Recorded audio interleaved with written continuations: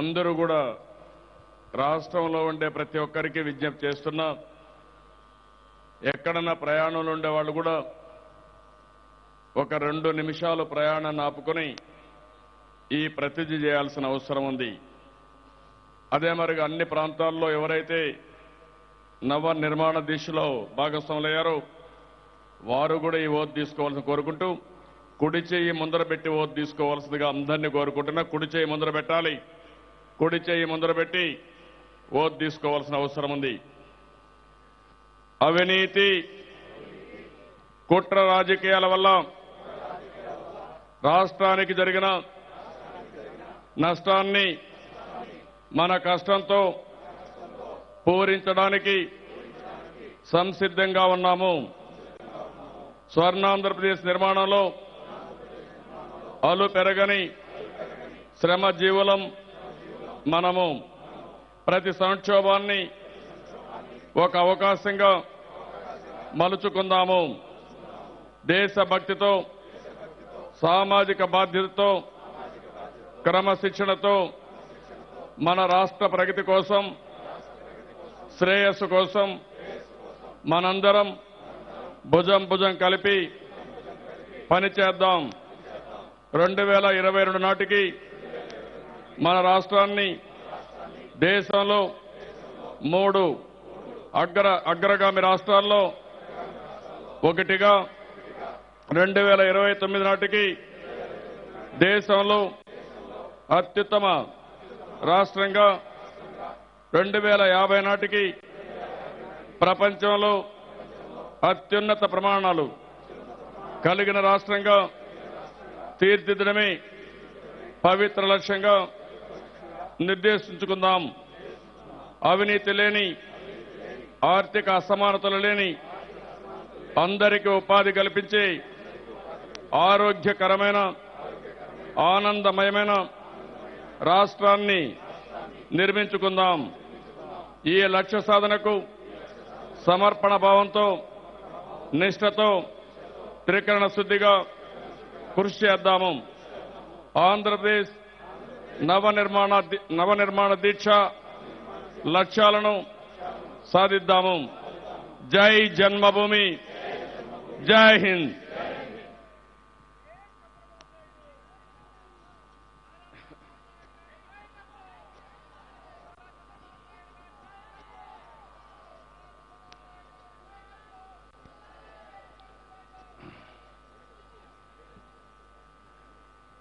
నాకు ప్రాణ సమానమైనటువంటి 5 కోట్ల రాష్ట్ర ప్రజానీకానికి, అదేవిధంగా ఇక్కడ సమావేశమైనటువంటి సోదరి సోదరమణులందరికీ, రాష్ట్రంలో నవ నిర్మాణ దీక్షా కార్యక్రమంలో పెద్ద ఎత్తున భాగస్వాములైన ప్రతి ఒక్కరికి, ఎవరైతే ఇళ్లలో ఉండి, ఎవరైతే ప్రయాణంలో ఉన్నా, ఎక్కడున్నా ఎక్కడికక్కడ ఆపి ఈ నవనిర్మాణ దీక్షలో భాగస్వాములై నవనిర్మాణ దీక్ష తీసుకుంటున్న ప్రతి ఒక్కరికి మనస్ఫూర్తిగా అభినందనలు, శుభాభినందనలు, ధన్యవాదాలు. అదే సమయంలో ఈ రాష్ట్రంలో ఉండే 5 కోట్ల ప్రజానీకానికి పాదాభివందనం చేస్తున్నాను. మీరిచ్చిన సహకారానికి, మీరు చూపించిన స్ఫూర్తికి. ఈరోజు మనం ఒక్కసారి ఆలోచిస్తే నవ నిర్మాణ దీక్ష ఎందుకు పెట్టవలసి వచ్చింది? ఎక్కడైనా ఒక రాష్ట్రం ఏర్పడితే ఆనందంగా సంబరాలు చేసుకుంటారు. మేము సాధించామని పెద్ద ఎత్తున పండుగ వాతావరణంతో ముందుకు పోతారు. కానీ ఈరోజు మనందరం కూడా నవ నిర్మాణ దీక్ష చేసుకుంటున్నామంటే దాని గురించి బయట వాళ్ళు కూడా ఆలోచించాల్సిన అవసరం ఉంది. ఆ రోజు విభజన జరిగింది. ఆ రోజు మనం ఒకసారి ఆలోచిస్తే ఎవ్వరూ ఊహించలేదు, కలలో కూడా ఆలోచించలేదు ఇంత అన్యాయం జరుగుతుందని, ఇంత అవమానం జరుగుతుందని. ఆ రోజు జూన్ 2వ తారీఖు ఇటలీ స్వాతంత్ర దినోత్సవం. ఆ రోజునే లగ్నం పెట్టారు. అంటే ఎంత దుర్మార్గమైన ప్రక్రియో ఒక్కసారి మీరు ఆలోచించుకోవాల్సిన అవసరం ఉంది. ఇటలీకి స్వాతంత్ర దినం, మనకు మాత్రం విభజన దినం, మన పొట్టగొట్టిన దినం, మనలందరినీ బజార్లోకి నెట్టేసిన దినం అని చెప్పి కూడా నేను మీకు తెలియజేస్తున్నాను. అదే కాకుండా ఆ రోజు కంటే ముందు ఒకసారి ముందుకెళదాం. ఈ బెంచ్ సర్కిల్లో ఎందుకు పెట్టామంటే ఇక్కడనే ఆందోళనలు జరిగాయి. ఉద్రేకంగా ప్రజలందరూ ముందుకొచ్చారు. అన్యాయం జరుగుతా ఉంది నినదించారు, పోరాటాలు చేశారు. అదే మరిగా నిరవధిక నిరాహార దీక్షలు చేశారు. ఇక్కడే కాదు, రాష్ట్రం మొత్తం చేశారు. ఆ రోజు నేను చూశాను. మేము ఒక పక్క పోరాడి న్యాయం చేయమంటా ఉంటే ప్రజలంతా రోడ్డు మీదకి వచ్చినప్పుడు ఉద్యోగ సంఘాలు ఆ రోజు ప్రవర్తించిన తీరు బ్రహ్మాండంగా చేశారు. వారిని మనస్ఫూర్తిగా మరొక్కసారి అభినందించవలసిన అవసరం ఉంది. ఎక్కడికక్కడ విద్యార్థులు రోడ్డు మీదకి వచ్చారు, రైతులు రోడ్డు మీదకి వచ్చారు, పేదవాళ్ళు రోడ్డు మీదకి వచ్చారు. వాళ్ళు ఒకటే ఆలోచించారు, ఏదో జరుగుతా ఉంది, కుట్ర జరిగింది, మా జీవితాల్లో కష్టాలు వస్తాయని ప్రతి ఒక్కరూ పసిగట్టారు. అందుకే ఎవరు చెప్పలేదు, ఎవరో నాయకత్వం లేదు. కానీ ఆ రోజు ప్రజలు చూపించిన స్పందన, వారు చూసిన దూరదృష్టి ఇప్పటికి కూడా నేను మరిచిపోలేనని చెప్పి కూడా నేను మీకు తెలియజేస్తున్నాను. ఉద్యోగ సంఘాల తరఫున ఒక పక్క ఎన్జీఓలైతే అశోక్ బాబు గారు కానీ, మురళీకృష్ణ గారు కానీ, ఇంకా మిగిలిన అందరూ కూడా రోడ్డు మీదకి వచ్చి బ్రహ్మాండంగా స్పందించారు. కానీ ఆ రోజు మనం ఎన్ని ప్రయత్నాలు చేసినా విభజన ఆపలేకపోయాం, న్యాయం చేసుకోలేకపోయాం. ఒకసారి మనం ఆలోచిస్తే నేను ఈరోజు విభజనకు సంబంధించిన విషయాలే మాట్లాడుతున్నాను. ఇంకా 5-6 రోజులు మిగిలిన అన్ని విషయాలు మనం మాట్లాడుకుందాం.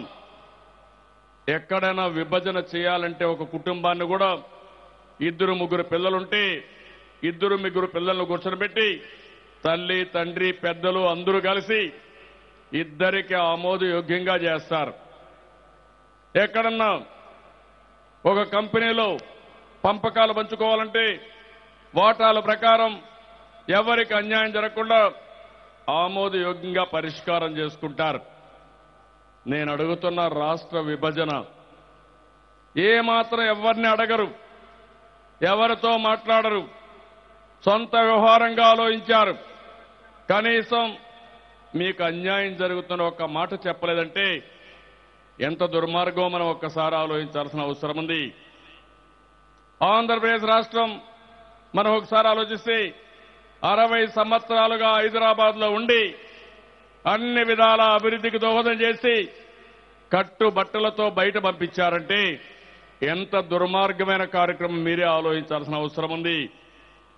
కనీసం ఆ రోజు నేనైతే వారం రోజులు నిరవధిక నిరాహార దీక్ష చేశాను, ఢిల్లీలో చేశాను. నేను ఒకటే అడిగాను, మీరు విభజన చేయాలంటే ఆంధ్రప్రదేశ్కి న్యాయం చేయండి, విభజన కాదు సమైక్యంగా ఉంచాలంటే తెలంగాణను ఒప్పించండి. కానీ రహస్యంగా చేయడం ఇది ఏమాత్రం కూడా సబబు కాదు, మంచిది కాదు. ఒకవేళ మా మీద మీకు కోపం ఉంటే, కావాలి తెలుగుదేశం పార్టీని దెబ్బతీయాలని మీరు ఆలోచిస్తే మమ్మల్ని పిలవద్దండి. 2 ప్రాంతాల్లో ఉద్యోగ సంఘాలు, ప్రజానాయకులు కొంతమంది రాజకీయాలకు అతీతంగా చేస్తున్నారు. వాళ్ళని పిలిపించి మాట్లాడండి, ఇద్దరికి న్యాయం చేయండి, తర్వాతనే ముందుకు పొమ్మంటే ఆనాటి ప్రభుత్వం లెక్క పెట్టుకోలేదు. ఈరోజు మనం ఏ సమస్యలైతే ఉన్నాయో ఆ సమస్యలన్నీ మీరు ఒకసారి చూసినప్పుడు చాలా భయంకరంగా ఉన్నాయని ఆ రోజు నేను చెప్పాను. 7 రోజులు నేను 7 వైట్ పేపర్లు పబ్లిసైజ్ చేశాను. నా దగ్గర కూడా పూర్తి సమాచారం లేదు. అప్పటికే 9 సంవత్సరాలు సమైక్య ఆంధ్రప్రదేశ్లో ముఖ్యమంత్రిగా పనిచేశాను. సమైక్య ఆంధ్రప్రదేశ్లో 10 సంవత్సరాలు అపోజిషన్ లీడర్గా ఉన్నాను. కనీసం నాకు కూడా సమాచారం లేకుండా, కనీసం ఒక్క మాట కూడా మాట్లాడకుండా ఇష్టానుసారంగా ముందుకు పోయారు. అదే మరి ఒక పక్క అన్యాయం జరిగింది. మామూలు అన్యాయం కాదు, తిరిగి కోలుకోలేనంత అన్యాయం జరిగింది. విభజన ఒక హేతుబద్ధత లేదు. మీరు ఒక్కసారి ఆలోచిస్తే అప్పులు జనాభా ప్రకారం, ఉద్యోగ జీతాలు, అదే మరి పెన్షన్లు జనాభా ప్రకారం, ఆదాయం మాత్రం ఎక్కడొచ్చే ఆదాయం అక్కడికే వర్తిస్తుందని పెట్టారు. కరెంటు వాడకం మాత్రం ఎవరు ఎంత ఎక్కువ వాడుకుంటే, ఎక్కడ ఉత్పత్తి అయితే అక్కడ కాదు, ఎక్కడ ఎక్కువ వాడుకుంటే వాళ్ళకి ఆ కరెంట్ ఇస్తామని పెట్టారు. ఇన్స్టిట్యూషన్స్ అన్ని ఎక్కడెక్కడే పెడతామని ఆ రోజు పెట్టే పరిస్థితి వచ్చింది. పోలవరం నేషనల్ ప్రాజెక్ట్ అని 7 మండలాలు తీసుకుపోయి తెలంగాణలో పెట్టారు. ఈ రోజు ఈ రాష్ట్రానికి రాజధాని లేదు, దీన్ని ఏ విధంగా కడతామో దానికి కూడా చెప్పే పరిస్థితులు లేరంటే ఎంత దుర్మార్గమో మీరు ఒక్కసారి ఆలోచించుకోవాల్సిన అవసరం ఉంది. ఇలాంటి ఒక్క విషయం కాదు, అన్ని విషయాల్లో అన్యాయం జరిగింది. అదే మాదిరిగా ఆ రోజు జరిపిన విధానం చూస్తే చాలా భయంకరంగా చేశారు. మామూలుగా ఒక బిల్లు పంపిస్తే మామూలుగా పోస్టల్లో వస్తుంది, లేకుంటే ఎలక్ట్రానిక్ మీద ఉంది, అవన్నీ పంపించచ్చు. రహస్యంగా ఉంటే ఒక మనిషినిచ్చి నేరుగా ఫ్లైట్లో పంపించచ్చు. యుద్ధ విమానంలో పంపించారు. అంటే నేను ఆ రోజు చెప్పాను, ఎవరి మీద యుద్ధం చేస్తారు? తెలుగు జాతి పైన మీరు యుద్ధం చేస్తారా? ఎవరిపైన యుద్ధం చేస్తారు? ఇది న్యాయమా అని ఆ రోజు నిలదీశాను. కానీ పట్టించుకోలేదు. అసెంబ్లీలో చర్చ జరిగినప్పుడు కూడా ఇష్టానుసారంగా ప్రవర్తించారు. తర్వాత మీరు చూస్తే ఢిల్లీలో ఆనాడు కాంగ్రెస్ పార్టీ పెద్దల్ని మెప్పించడం కోసం మామూలుగా ప్రయత్నాలు చేయాలి. అవి చేయకుండా ఢిల్లీలో ఒక వార్ రూమ్ పెట్టారు. ఆ వార్ రూమ్ పెట్టి కాంగ్రెస్ మంత్రుల్ని, ఎంపీల్ని, కాంగ్రెస్ నాయకులు పిలిపించి మీరు ఇంటారా సస్తారా అని చెప్పి బెదిరించి ఆ రోజు భయభ్రాంతులు చేశారని చెప్పి కూడా నేను మీకు తెలియజేస్తున్నా. ఆ తర్వాత పార్లమెంట్లో నేనే ఉన్నాను. ఈ బిల్లు వచ్చినప్పుడు అందరి దగ్గర తిరిగాను. ఒకరి దగ్గరికి 2, ఇద్దరి దగ్గర కాదు. దేశంలో ఎన్ని రాజకీయ పార్టీలుంటే అందరి దగ్గర నేను తిరిగాను. ఇక్కడుండే నాయకులు, ఎన్జీఓ నాయకులు, మన వాళ్ళందరూ ఢిల్లీలో తిరగని చోటు లేదు. నిరాహార దీక్ష చేశారు, ధర్నాలు చేశారు, అన్ని విధాలా పోరాడారు. నేను ఆ రోజు పార్లమెంట్లో ఉంటే ఉన్న బలంగా బిల్లు పెడుతున్నారని చెప్పి అన్నారు. బిల్లు పెడుతున్నారని చెప్పి ఎంత దుర్మార్గం అంటే పార్లమెంట్ అన్ని తలుపులు క్లోజ్ చేసేశారు. 2 నిమిషాల్లో టీవీలు బంద్ చేశారు. అర్ధ గంటలో బిల్లు పాస్ అయిందని పాస్ చేసి బయటకు వచ్చారంటే ఎంత దుర్మార్గం ఒక్కసారి గుర్తు చేసుకోవాల్సిందిగా, నిరసన తెలియజేయాల్సిందిగా మిమ్మల్ని అందరినీ కోరుతున్నా. నేను ఆ రోజు చాలా బాధపడ్డాను. ఆ విభజన జరిగినప్పుడు, పార్లమెంట్లో బిల్లు పాస్ అయినప్పుడు అద్వానీ రూమ్లో ఉండి వారితో నేను చెప్పాను, ఇంత అన్యాయం జరుగుతా ఉంది, కనీసం మేము మాట్లాడుకునే అవకాశం ఇవ్వడం లేదు, మా కష్టాలు చెప్పుకునే అవకాశం లేదు.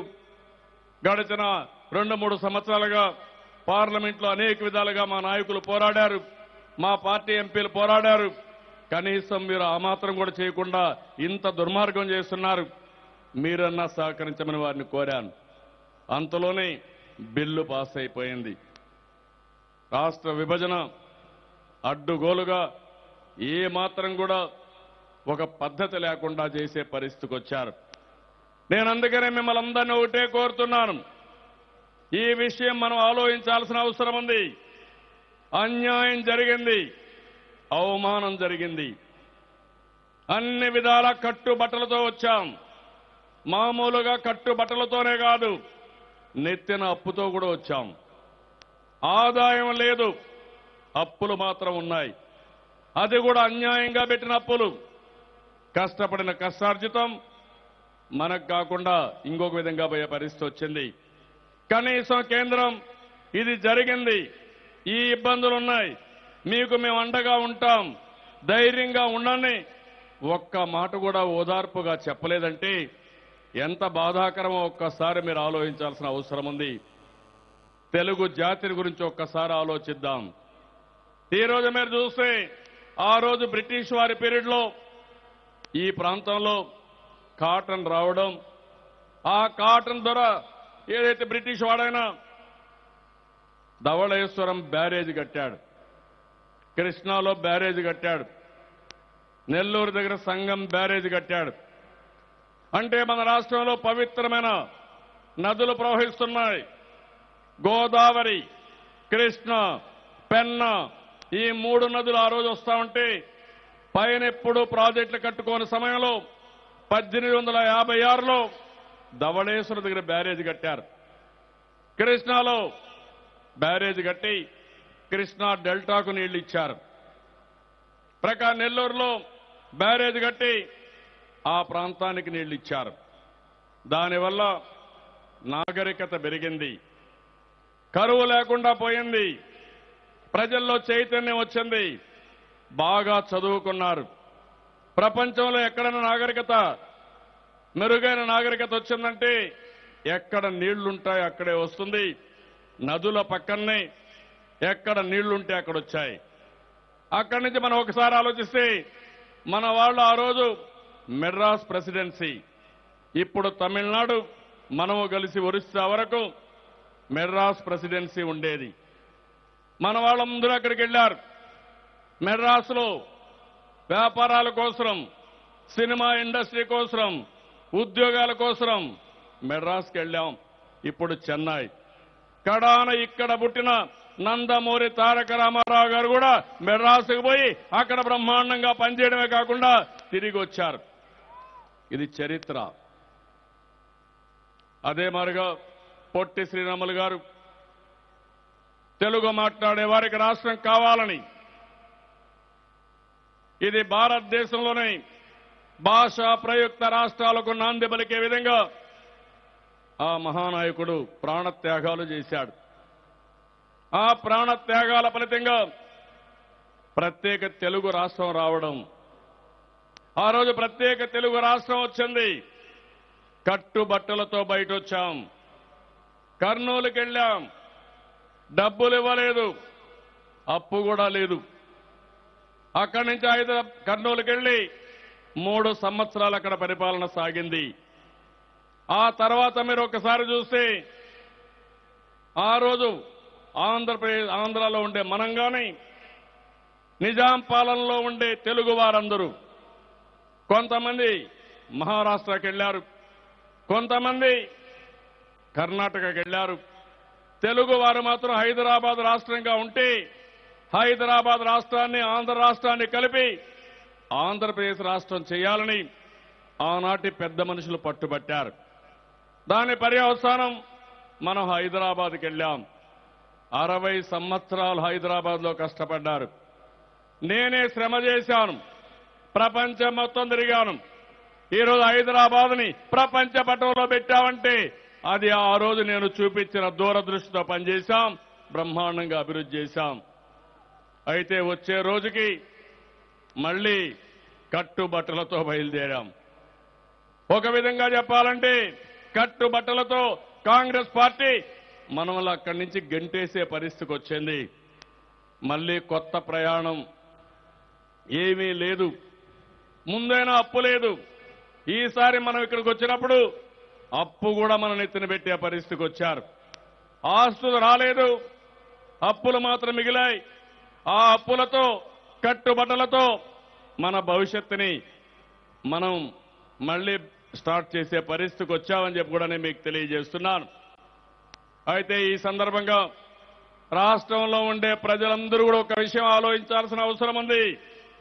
కష్టాలున్నాయి, సమస్యలున్నాయి, సమస్యల సుడిగుండంలో ఉన్నాం. అయినా కూడా భయపడవలసిన అవసరం లేదు. ఈ రాష్ట్రానికి మామూలు ఇబ్బందులు కాదు. గడిచిన 10 సంవత్సరాల్లో చూస్తే 10 సంవత్సరాలు తుఫాను వచ్చింది. మొన్నే హుదూద్ తుఫాను పెద్ద ఎత్తున వచ్చింది. అవనగడ్డ తుఫాన్ ఒకసారి వచ్చింది. అంత మునుపు హరికేన్ తుఫాన్ ఈస్ట్ గోదావరి వెస్ట్ గోదావరిని పూర్తిగా అతలాకుతలం చేసే పరిస్థితి వచ్చింది. ఇంకో పక్క 10 సంవత్సరాల్లో 7 సంవత్సరాలు కరువు వస్తా ఉంది. ఇది కూడా ఒక భయంకరమైన సమస్య. రాయలసీమ రాళ్లసీమగా మారిపోతుందని, ఎడారిగా మారిపోతుందని శాస్త్రవేత్తలు మాట్లాడే పరిస్థితికి వచ్చారు. దేశంలో తక్కువ వర్షపాతం పడే రెండో జిల్లా అనంతపురం జిల్లా. అలాంటి ఇబ్బందులుండే జిల్లా అక్కడుంది. 400 మిల్లీమీటర్లు అంటే 40 నుంచి 45 సెంటీమీటర్లు మాత్రం వర్షపాతం వస్తుంది. అక్కడ పొలాల్లో నీళ్లు లేకుండా, తాగేదానికి నీళ్లు లేకుండా వలస వెళ్లే పరిస్థితికి వస్తా ఉంది. అయితే ఇవన్నీ చూసిన తర్వాత మనం అందరం ఒక్క విషయం గుర్తుపెట్టుకోవాలి. కష్టాలున్నాయని దిగులు పడిపోతే సమస్యల సుడిగుండంలోకి వెళ్లిపోతాం. ఒక్కొక్కసారి అధైర్యపడి వేరే దారిలో వెళితే అనేక సమస్యలు వస్తాయి. నేను ఆ రోజు విభజన చేసినప్పుడు కాంగ్రెస్ పార్టీని హెచ్చరించాను. ఈ దేశంలో ఏవైతే శాంతి భద్రతల సమస్య వచ్చిందంటే ఈ కాంగ్రెస్ పార్టీ తప్పుడు విధానాలని ఆ రోజు నేను చాలా స్పష్టంగా చెప్పాను.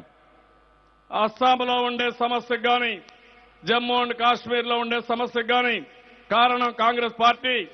మీరు ఆ సమస్యను పరిష్కారం చేయలేకపోయారు, జటిలం చేశారు. దానివల్ల ఇబ్బందులు వచ్చాయి. సెంటిమెంట్ చాలా ముఖ్యం. మీరు ఒకసారి ఆలోచిస్తే ఆ రోజు గోల్డెన్ టెంపుల్లో సైన్యం పోయారని సిక్కులందరూ మనస్తాపం చెందారు. అక్కడి నుంచి వాళ్ళ సెంటిమెంట్స్ దెబ్బతిన్నాయి. దాని తర్వాత అందరూ కూడా టెర్రరిజంలో చేరారు. కొన్ని 10 సంవత్సరాలు రాష్ట్రం అంతా అతలాకుతలమై ఆ టెర్రరిజం దేశానికి ఒక సవాలుగా మారి చాలా ఇబ్బందులు వచ్చాయి. నేను ఆ విషయమే చెప్పాను. అలాంటి పరిస్థితి రాకుండా చూడడం మీ బాధ్యత అన్నా పట్టించుకోలేదు. కానీ ఆ రోజు నేను ఒకటే ఆలోచించి నేరుగా మీ దగ్గరకు వచ్చాను. నేనంత మునిపే 23 జిల్లాల్లో 23 సదస్సులు పెట్టాను.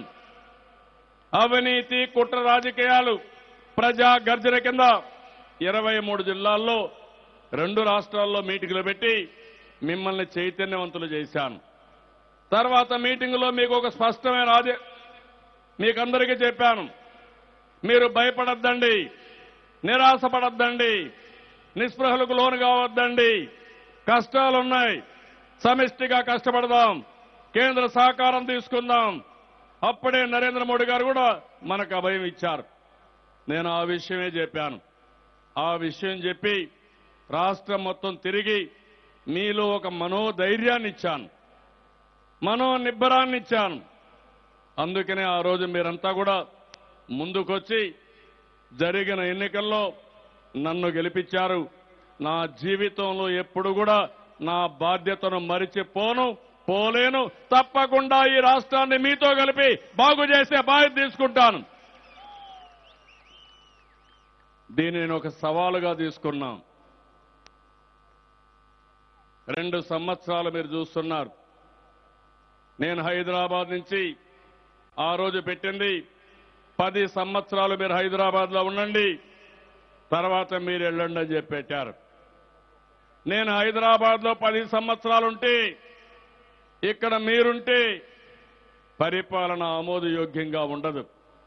సంవత్సరం అయిన తర్వాత నాకు అనిపించింది ఇది కరెక్ట్ కాదు, బిల్డింగ్ లేకపోయినా పర్వాలేదు, ఇక్కడుండే చేసుకుందామని మొట్టమొదటిసారి నేను వచ్చినప్పుడు బస్సులో నుంచే నా ఏదైతే పరిపాలన ప్రారంభించాను. అక్కడి నుంచి సెక్రటరియట్ తయారు చేసుకున్నాం. ఈరోజు ఒక విషయం మీరు గుర్తుపెట్టుకోవాలి. సంవత్సరం నుంచి నేను ఇక్కడుండే పరిపాలన చేస్తున్నాను. అయితే ఇక్కడ మిగిలిన వాళ్ళు రావాలంటే అకామిడేషన్ లేదు, రాజధాని లేదు, బిగినింగ్ లో ఎక్కడ పెడతాం తెలియదు. అప్పుడే ముందుకు వస్తే అక్కడే ఉంటుందని లేనిపోని సమస్యలు వచ్చే పరిస్థితి వస్తుంది. అందుకనే ఈరోజు రాజధాని నిర్ణయం చేసిన తర్వాత నేను ఇక్కడికి వచ్చి పరిపాలన ఇక్కడి నుంచే ప్రారంభించాను. పరిపాలన ఇక్కడి నుంచి ప్రారంభించినప్పుడు ఒక మీటింగ్ పెట్టుకోవాలంటే హైదరాబాద్ నుంచి చీఫ్ సెక్రటరీ మొదలుకొని అందరూ అధికారులు రావాలి. మళ్ళీ ఇక్కడి నుంచి హైదరాబాద్కి వెళ్ళాలి. హైదరాబాద్ లో మన సెక్రటరియట్ గాని డైరెక్టరేట్స్ ఉన్నాయి. నేను ఇక్కడ అమరావతిలో ఉన్నాను.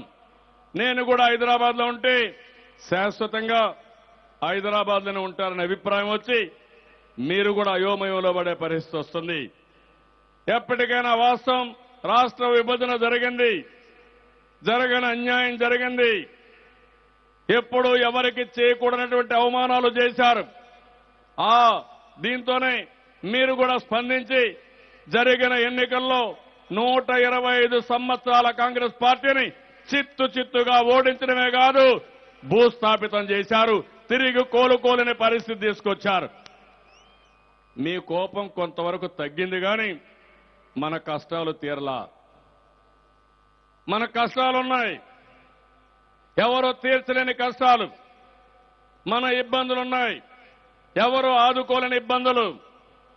ఈరోజు దక్షిణ భారతదేశంలో మీరు ఒక్కసారి చూస్తే ఆ రోజు ఏదైతే మీరు ఊహించుకుని ఆందోళన చెందారో అది వాస్తవం.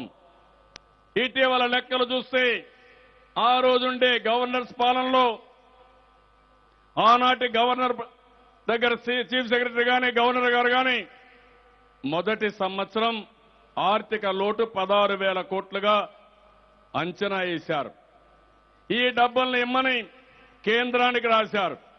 ఇస్తామని కేంద్రం ఒప్పుకున్నారు. రెండో సంవత్సరంలో మనకొచ్చింది ఏదైతే రాజ్యసభలో మాట్లాడినప్పుడు ప్రత్యేక హోదా గురించి కూడా మాట్లాడారు.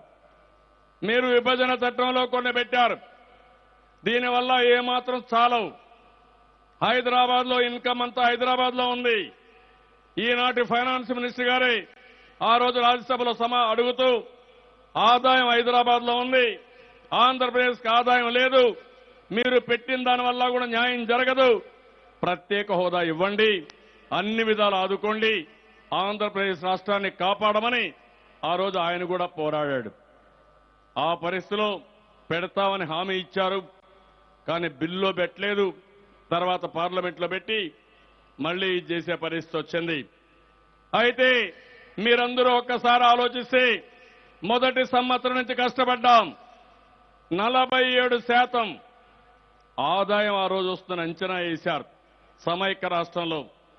ఆనాటి అంచనాల ప్రకారం మనకు 47% ఆదాయం, జనాభా 58%, 42% కంటే తక్కువ జనాభా ఉండే తెలంగాణకి 53% ఆదాయం అని అంచనాలు వేశారు. మనం కష్టపడితే 50.35% మొదటి సంవత్సరంలో మన ఆదాయాన్ని పెంచుకున్నాం. అంటే 3.3% ఆదాయాన్ని పెంచుకున్నాం. ఇంకా 58% జనాభా దామాషా ప్రకారం పెరగాలంటే 5 ఏళ్లు పడుతుందా, 10 ఏళ్లు పడుతుందా, 15 ఏళ్లు పడుతుందో మనం ఊహించుకోవాల్సిన అవసరం ఉంది. ఇంకో పక్కన మీరు చూసినప్పుడు దక్షిణ భారతదేశంలో ఈ సంవత్సరం తలసరి ఆదాయం మన రాష్ట్రంలో 1,07,000, తెలంగాణకి 1,43,000, పక్కనుండే కర్ణాటకకి 1,45,000, ఈ పక్కనుండే తమిళనాడుకి 1,50,000. అంటే మనం ఏం తప్పు చేశామని నేను అడుగుతున్నా. ఇది అన్యాయం అవునా కాదా ప్రతి ఒక్కరూ ఆలోచించాల్సిన అవసరం ఉంది. ఆ రోజు పార్లమెంట్లో అన్ని రాజకీయ పార్టీలు సహకరించి బిల్లు పాస్ చేశారు, విభజన చేశారు. నేను అడుగుతున్నా, మన రాష్ట్రానికి ఆంధ్రప్రదేశ్లో ఉండే 5 కోట్ల జనాభాకి న్యాయం చేయాలనా లేదా అని అడుగుతున్నా. మీకు బాధ్యత ఉందా లేదా అని అడుగుతున్నాను. మేము చేయని అన్యాయానికి మేము శిక్ష అనుభవిస్తున్నాం. ఆ రోజు మీరందరూ కలిసి కాంగ్రెస్ పార్టీతో విభజనకి దోహదం చేశారు. ఈరోజు విభజన జరగకపోతే మన రాత్రి చెప్పలేం. కానీ ఈరోజు చేయాల్సింది అందరూ కలిసి అన్ని రాష్ట్రాలతో సమానంగా పైకొచ్చే వరకు మనకు న్యాయం చేయాల్సిన అవసరం ఉంది. కేంద్రం కూడా ముందుకు రావాలి. ఉదారంగా ముందుకు రావాలి. నేను ఆ విషయమే అడిగాను. మీరు కూడా సహకరించండి. అన్ని రాష్ట్రాలతో సమానంగా పైకొచ్చే వరకు మాకు చేయూతనివ్వండి. ఆ తర్వాత ఈ దేశ అభివృద్ధికి మేము కూడా భాగస్వాములు అవుతామని నేను ఎన్నోసార్లు కలిసి వారికి కూడా చెప్పాను. ఆ ప్రయత్నాలే నేను చేస్తున్నాం. మొన్న కూడా మీరు చూసినప్పుడు మిత్రధర్మంగా బీజేపీ అధ్యక్షులు ఒక రాజ్యసభ వాళ్ళ మంత్రిని అకామిడేట్ చేయాలంటే నేను ఒప్పుకున్నాను. దానికి కారణం రాష్ట్రం అభివృద్ధి కావాలి, ఈ రాష్ట్రానికి అండ కావాలి, కేంద్ర సహకారం కావాలి, అన్ని విధాల ముందుకు పోదామని చెప్పే ఉద్దేశంతో ముందుకెళ్ళాం. ఈరోజు బీజేపీ తెలుగుదేశం ఉంది. ఎన్నికల కంటే ముందే పొత్తు పెట్టుకున్నాం. కేంద్రంలో మన మంత్రులున్నారు, రాష్ట్రంలో బీజేపీ మంత్రులున్నారు. ఇవన్నీ కూడా వాస్తవాలు కాబట్టి మీకు అన్ని కూడా తెలియాలి. ఇవన్నీ ఎందుకంటే రాష్ట్ర అభివృద్ధి కోసం ముందుకు పోవాలని, రాష్ట్రానికి న్యాయం జరగాలని, చేయూతనివ్వాలని మనం ముందుకెళ్ళాం. ఆ రోజు కాంగ్రెస్ పార్టీ దగా చేసింది, కుట్ర చేసింది, మొత్తం దెబ్బతీశారు, మన నట్టేట ముంచేసే పరిస్థితికి వచ్చారు.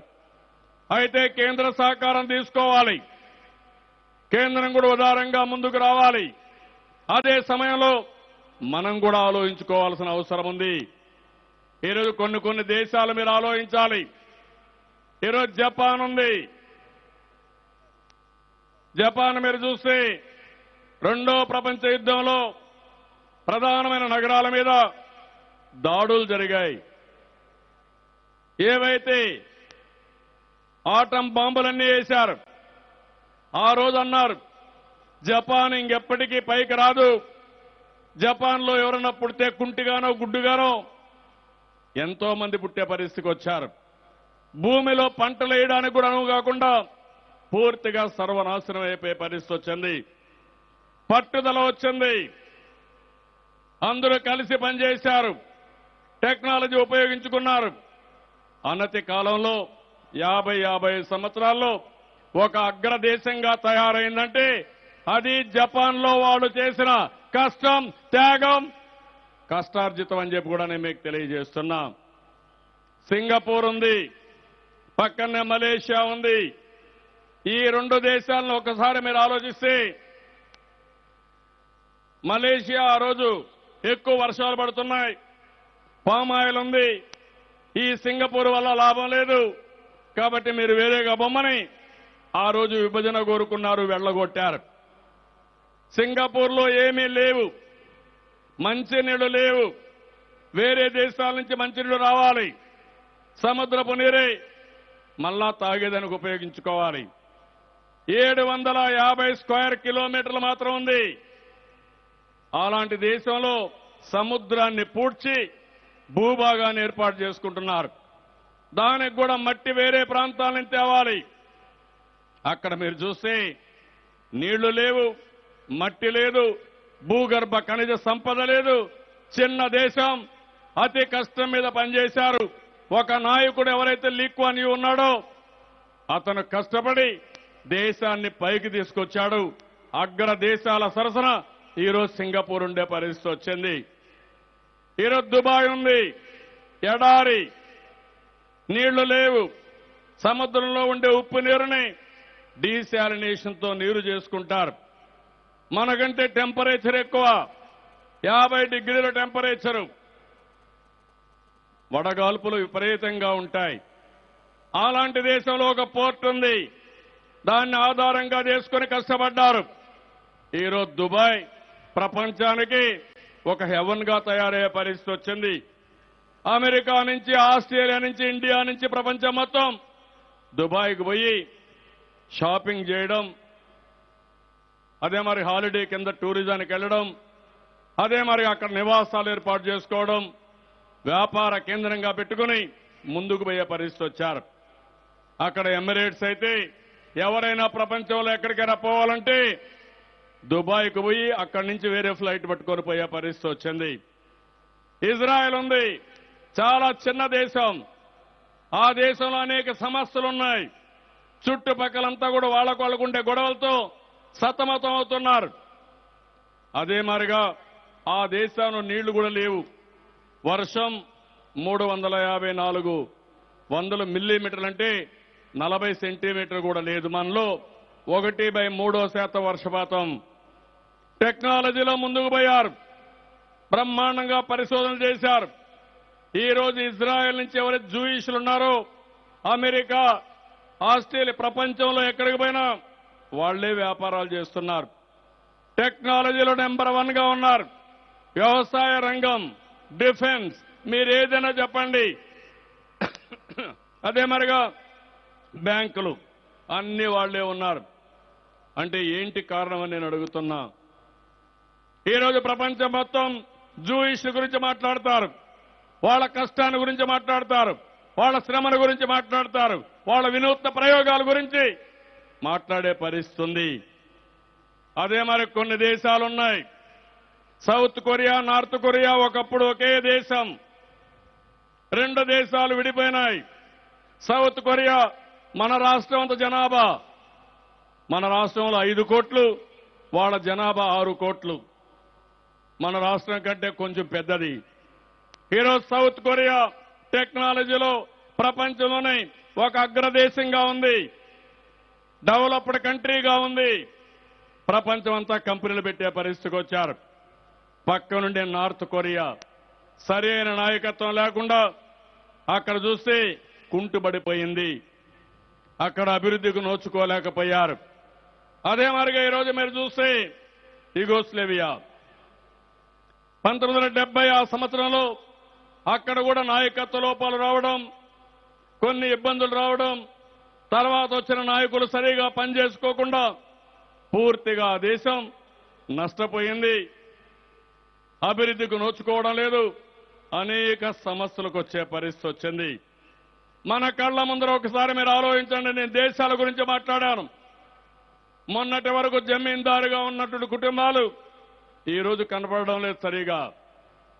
మొన్నటి వరకు మీరు చూస్తే రాజులుగా ఉండే కుటుంబాలు రాచరికాలు పోయిన తర్వాత మనుగడ సాధించలేకపోయారు. మొన్నటి వరకు పెద్ద పెద్ద కంపెనీలుగా ఉండే వ్యక్తులు నెక్స్ట్ జనరేషన్కి వస్తే అవి కూడా దెబ్బతిన్నాయి. ఒక గ్రామంలో భూస్వాములుగా ఉండే వ్యక్తులు, ఊరంతా వాళ్ళదే ఉండే వ్యక్తులు ఒక 30-40 సంవత్సరాల్లో ఆస్తులన్నీ వారి దగ్గర నుంచి వేరే వాళ్ళకి వెళ్ళిపోతున్నాయి. నేను ఎందుకు ఈ విషయం చెప్తున్నానంటే మన భవిష్యత్తు మన చేతుల్లో ఉంది. 5 కోట్ల జనాభా పైన ఆధారపడింది. ఈరోజు టెక్నాలజీ ఉంది, మనకు వనరులున్నాయి. మీరు అధైర్యపడవలసిన అవసరం లేదు. ఎందుకు ఆ మాట చెప్తున్నానంటే అధైర్యపడితే అధైర్యమే మనం చంపేస్తుంది. అధైర్యంతో ముందుకు పోలేం. ధైర్యంతో ముందుకు పోతే విజయం మనల్ని ఎత్తుక్కుంటూ వస్తుంది. దాంట్లో కూడా అనుమానం లేదని చెప్పి కూడా నేను మీకు తెలియజేస్తున్నా. నేను ఈ రోజు 2 సంవత్సరాల్లో ఏం చేశానో నేను రేపు ఎల్లుండో మాట్లాడతాను. ఈ రోజు నేను మిమ్మల్ని మాట్లాడేది ఎందుకు నవనిర్మాణ దీక్ష పెట్టాం, ఎందుకు నవనిర్మాణ దీక్ష. ప్రతి ఒక్కరూ భాగస్వాములు కావాలి. ఒక కుటుంబం ఉంది, కుటుంబం బాగా కష్టపడితే మీ కుటుంబం బాగుపడుతుంది. గ్రామాల్లో ఉండే కుటుంబాలు పోటీ పడాలి. గ్రామాలు మండలాల్లో పోటీ పడాలి. మండలాలు జిల్లాలో పోటీ పడాలి. జిల్లాలు రాష్ట్రంలో పోటీ పడాలి. మీకు ఏం కావాలన్నా ఇవ్వడానికి, నిధులు సమీకరించడానికి, టెక్నాలజీ ఇవ్వడానికి, మెరుగైన పద్ధతులు ఏవైతే ఉన్నా ఇవ్వడానికి ఈ ప్రభుత్వం సిద్ధంగా ఉన్నాం. దీన్ని చర్చించడానికి నేను ఈ కార్యక్రమం పెట్టాను. మీరు ఒకసారి చూస్తే డబ్బులు లేవని నేను ఏమాత్రం ఎన్నికపోలేదు. 2022కి భారతదేశంలో 3 అగ్ర రాష్ట్రాల్లో ఒక రాష్ట్రంగా ఆంధ్రప్రదేశ్ ఉంటుంది. చేయగలుగుతామా లేదా అని గట్టిగా మీరు ఆలోచించాలి. 2029కి భారతదేశంలో ఆంధ్రప్రదేశ్ నెంబర్ 1 రాష్ట్రంగా ఉండాలి. నెంబర్ 1 రాష్ట్రమే కాదు, ఆనందదాయకమైన సమాజం ఉండాలి. సంపద కాదు, సంపద ముఖ్యం. మెరుగైన జీవన ప్రమాణాలు ముఖ్యం. ఆలోచన విధానంతో మీకు ఆనందం వస్తుంది. క్రమశిక్షణతో ఆనందం వస్తుంది, కుటుంబ వ్యవస్థతో ఆనందం వస్తుంది. అలాంటి ఆనందదాయకమైనటువంటి సమాజం కోసం పనిచేద్దాం. 2050కి ప్రపంచంలోనే ఒక అత్యున్నతమైన రాష్ట్రంగా ఆంధ్రప్రదేశ్ ఉంటుంది. ఇది సాధ్యం. దానికి మీరు ఆలోచించాల్సిన అవసరం ఉంది. నిన్న అదే టీచర్స్కి చెప్పాను. దగ్గర 9,000 మందికి ప్రమాణం చేయించాను. కొత్తగా వచ్చిన టీచర్లు. వాళ్ళు నేను ఒకటే కోరాను. నేను ఒక విజన్ ఇచ్చాను. దానికి కావలసిన మనుషులు తయారు చేసే బాధ్యత, పిల్లలు తయారు చేసే బాధ్యత మీది. మీరు 30 సంవత్సరాల సర్వీసులో ఉంటారు. 2016లో ఉన్నాం. 2050 అంటే మీరు రిటైర్ అయ్యే నాటికి ఈ ఆంధ్రప్రదేశ్ ప్రపంచంలో నెంబర్ 1 స్థానంలో ఉండాలి, బెస్ట్ డెస్టినేషన్ ఉండాలి. దీనికి మీరు కృషి చేయమని అడిగాను. నేను ఇప్పుడు మిమ్మల్ని అడుగుతున్నా, గ్రామాల్లో ఉండే ప్రతి ఒక్కరిని అడుగుతున్నా, నవ నిర్మాణ దీక్షలో భాగస్వాములైన వాళ్ళందరినీ అడుగుతున్నాను.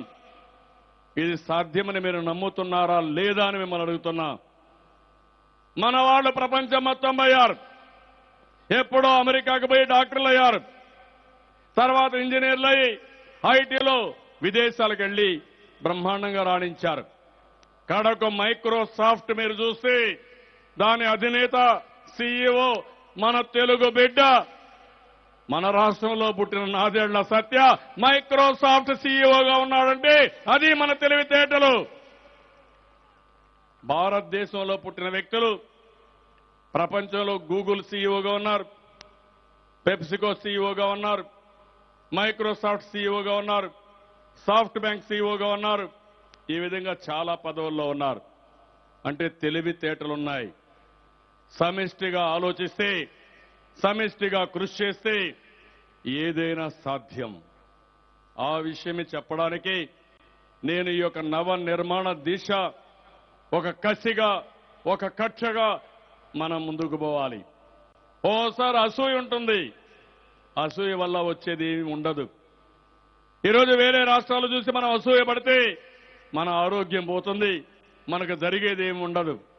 వాళ్ళకంటే భిన్నంగా, వాళ్ళకంటే మెండుగా మనం అవ్వాలి అనే కక్ష మనకొస్తే ఊహించిన ఫలితాలు వస్తాయి. దానికే మీరందరూ కూడా నాంది పలకాల్సిన అవసరం ఉంది.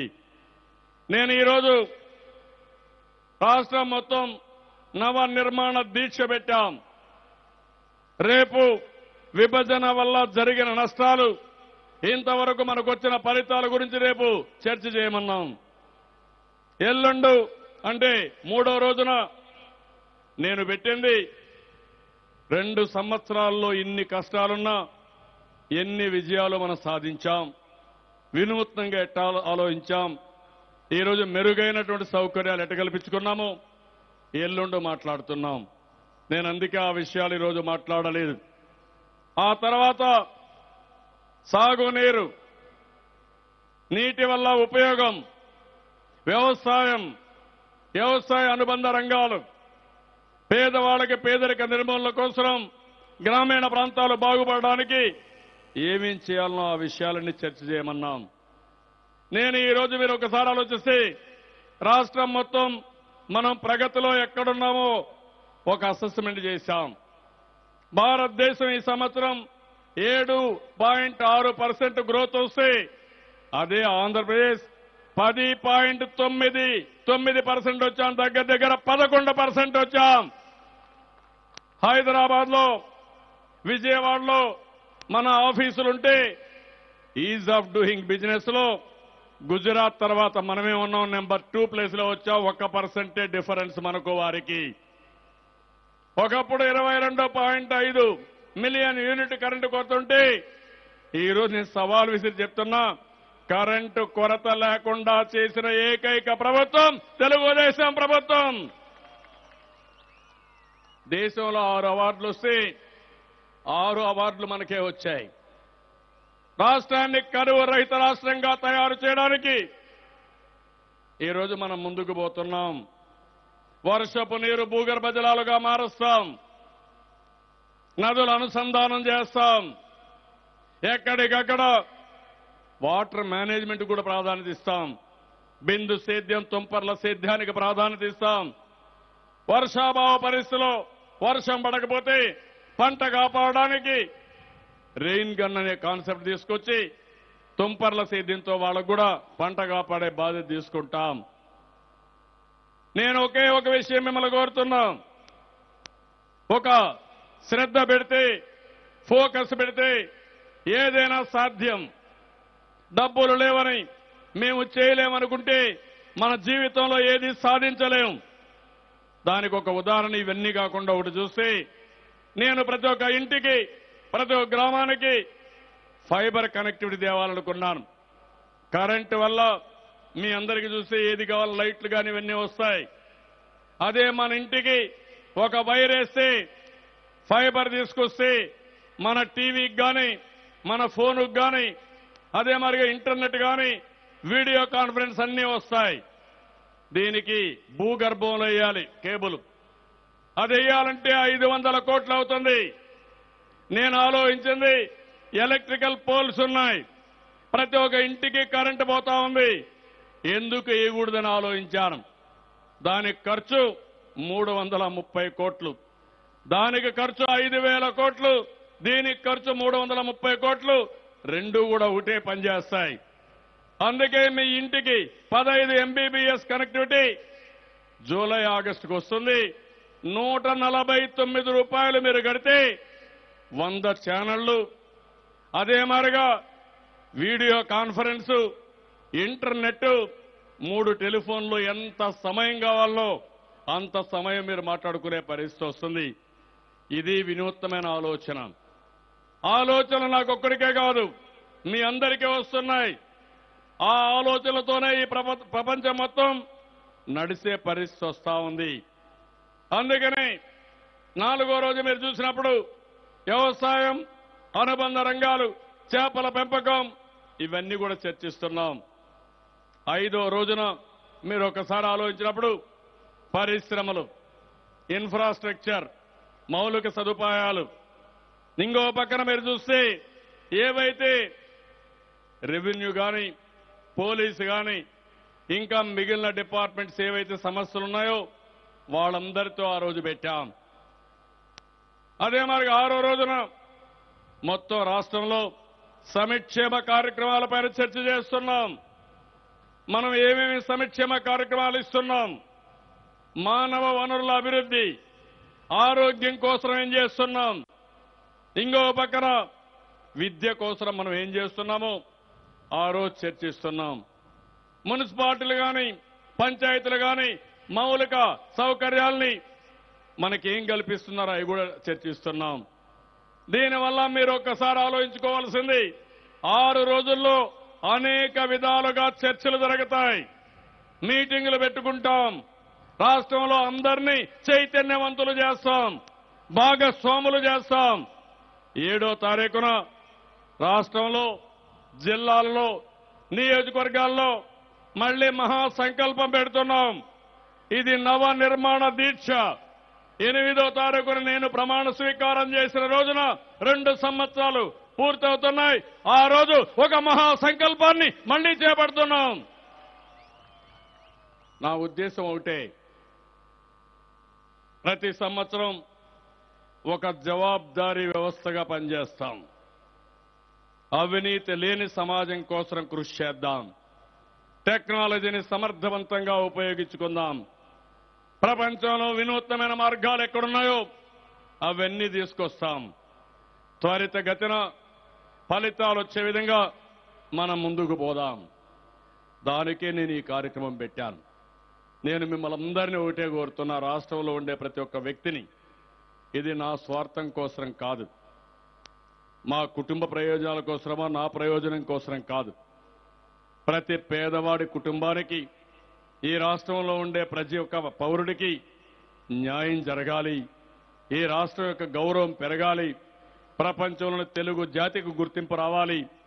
ఎవరైతే మనకు అన్యాయం చేశారో, మన పొట్టగొట్టారో, తిరిగి వాళ్ళు బాధపడి మేమేదో వీళ్ళని దెబ్బతీశామనుకున్నాం, కానీ తిరుగులేని శక్తిగా వీళ్ళు తయారయ్యారు అని కుమిలి ఆ కాంగ్రెస్ పార్టీ బాధపడాలి. అది నా కోరిక. దానికోసం మీరు ముందుకు రావాల్సిన అవసరం ఉంది. అందుకే పట్టుదల పెంచుకుందాం. ఆ రోజు కుట్ర రాజకీయాలు, ఈ రోజు చెప్పడం కాదు, ఆ రోజు చెప్పాను.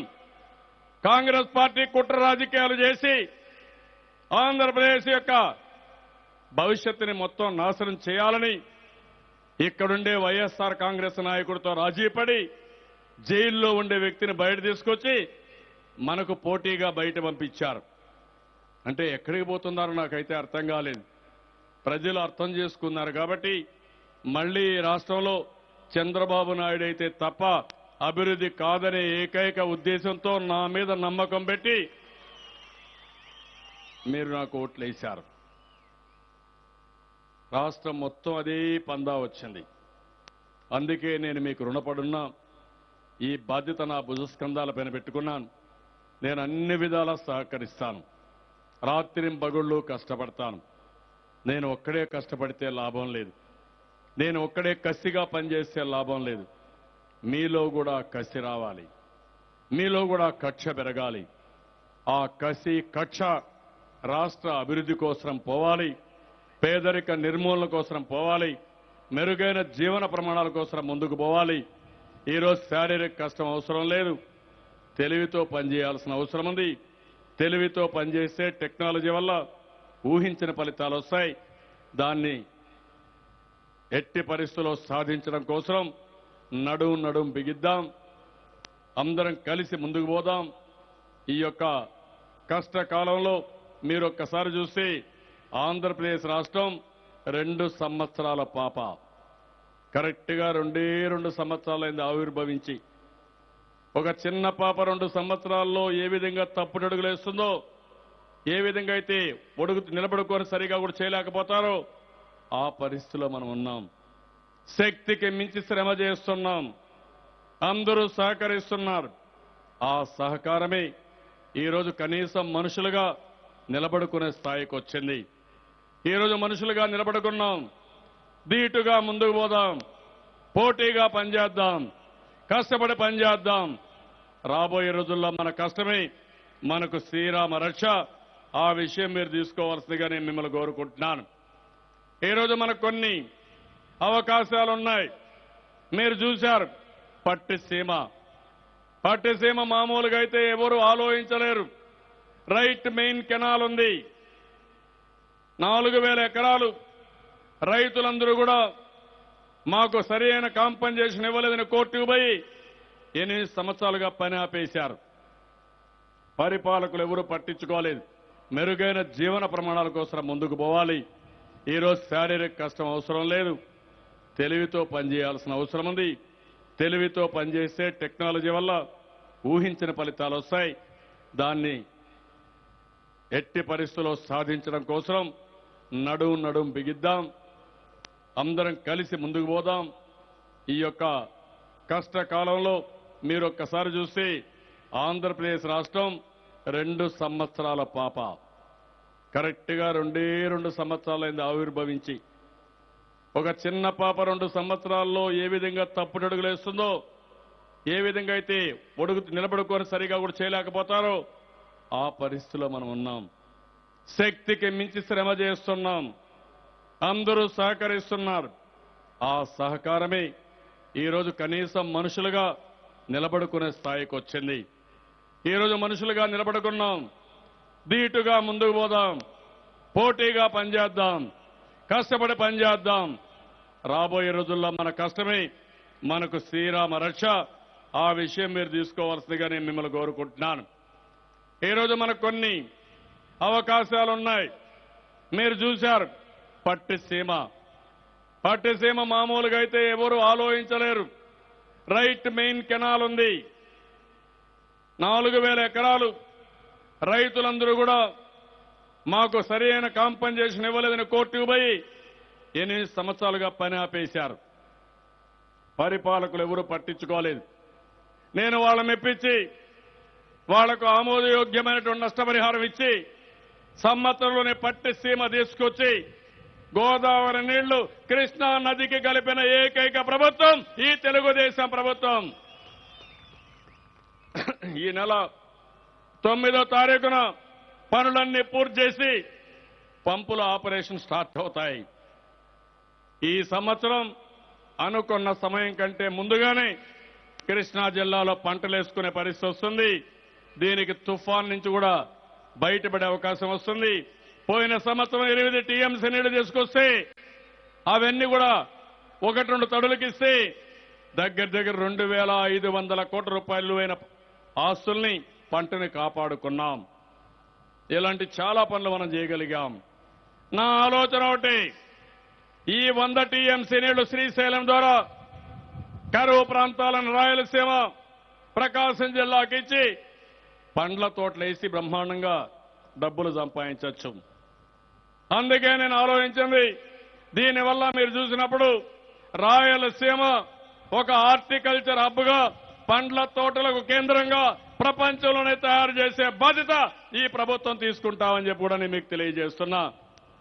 దానివల్ల అక్కడ కరువు సీమ ఆ మాట గతం, రాళ్ల సీమని రతనాల సీమగా తయారు చేసే బాధ్యత ఈ ప్రభుత్వం తీసుకుంటాం. వ్యక్తిగతంగా నేను తీసుకుంటానని మరొక్కసారి రాయలసీమ ప్రజానీకానికి విజ్ఞప్తి చేస్తున్నా. ఇవి 2 కాకుండా పోలవరం ప్రాజెక్టు ఉంది. పోలవరం ఆంధ్రప్రదేశ్కి ఒక వెన్నెముక, జీవనాడి. ఈ ప్రాజెక్టు పూర్తి కావాలి. తద్వారా నదుల అనుసంధానం కావాలి. సముద్రంలోకి పోయే నీళ్లు వివిధ ప్రాంతాలకు తీసుకెళ్లి ఈ రాష్ట్రాన్ని సుభిక్షం చేసుకోవాల్సిన అవసరం ఉంది. నీటి సమస్య పూర్తిగా పరిష్కారం చేసుకోవాల్సిన అవసరం ఉంది. రెండవది అమరావతి మనందరికీ గర్వకారణం కావాలి. ఒక వ్యక్తి మంచి ఇల్లు కట్టుకోవాలని ఏ విధంగా ఆలోచిస్తారో తెలుగు జాతి మొత్తం ఆంధ్రప్రదేశ్లో ఉండే ప్రతి ఒక్కరు కూడా నా రాజధాని ప్రపంచంలోనే మేటైన రాజధాని ఉండాలని మనం కోరుకోవాల్సిన అవసరం ఉంది. నేను మనస్ఫూర్తిగా అభినందిస్తున్నాను అమరావతి ప్రాంతంలో ఉండే రైతులందరినీ. ప్రపంచంలో ఎక్కడా జరగలేదు. దగ్గర మీరు చూస్తే 34,000 ఎకరాలు రాజధాని కోసం ల్యాండ్ పూలింగ్ లో ఇచ్చిన ఘనత ప్రపంచంలో ఎక్కడన్నా జరిగిందంటే ఇక్కడుండే రైతాంగం వల్లనే జరిగింది. మనస్ఫూర్తిగా అభినందిస్తున్న రైతుల్ని, వారి యొక్క త్యాగం, వారు చూపించిన స్ఫూర్తికి వారికి పాదాభివందనం చేస్తున్నానని చెప్పి కూడా మీ అందరికీ విజ్ఞప్తి చేస్తున్నా. మంచిని స్వాగతించాలి, మంచిని ఎప్పుడు కూడా ప్రోత్సహించాలి. అప్పుడే మనం అనుకున్న కార్యక్రమాలు జరుగుతాయి. చెడును ఖండించాల్సిన అవసరం కూడా ఉంది. ఈ 2, ఒకటి పోలవరం, 2 అమరావతి ఆంధ్రప్రదేశ్ ప్రజానీకానికి ఫ్లాగ్షిప్ ప్రోగ్రామ్స్. ఈ 2 అతి కీలకమైన ప్రాజెక్టులు, మన భవిష్యత్తుకు సంబంధించిన ప్రాజెక్టులు, మన ప్రతిష్ట గౌరవానికి సంబంధించిన ప్రాజెక్టులు. ఈ రోజు ఈ యొక్క అమరావతి వస్తే ఇక్కడి నుంచి ఎక్స్ప్రెస్ వే రోడ్డు తీసుకెళ్తున్నాం, బెంగళూరు వరకు తీసుకెళ్తాం. అదే రోడ్డు అనంతపురంకి వెళుతుంది, ఇంకో పక్క కర్నూలుకి వెళుతుంది, ఇంకో పక్క కడపకి వెళుతుంది. తిరుపతికి పోవాలంటే దూరం, కుప్పం పోవాలంటే దూరం, కర్నూలు పోవాలంటే దగ్గర, విజయనగరం పోవాలంటే, శ్రీకాకుళం పోవాలంటే దూరం. అందుకని సమ దూరంలో ఉండాలనే ఉద్దేశంతోనే ఈరోజు అమరావతిని రాజధానిగా ఎంపిక చేశాను. ఆ విషయం కూడా మీరు గుర్తుపెట్టుకోవాల్సిన అవసరం ఉంది. అందుకే మరొక్కసారి అందరినీ ప్రార్థిస్తున్నా, కోరుతున్నాం.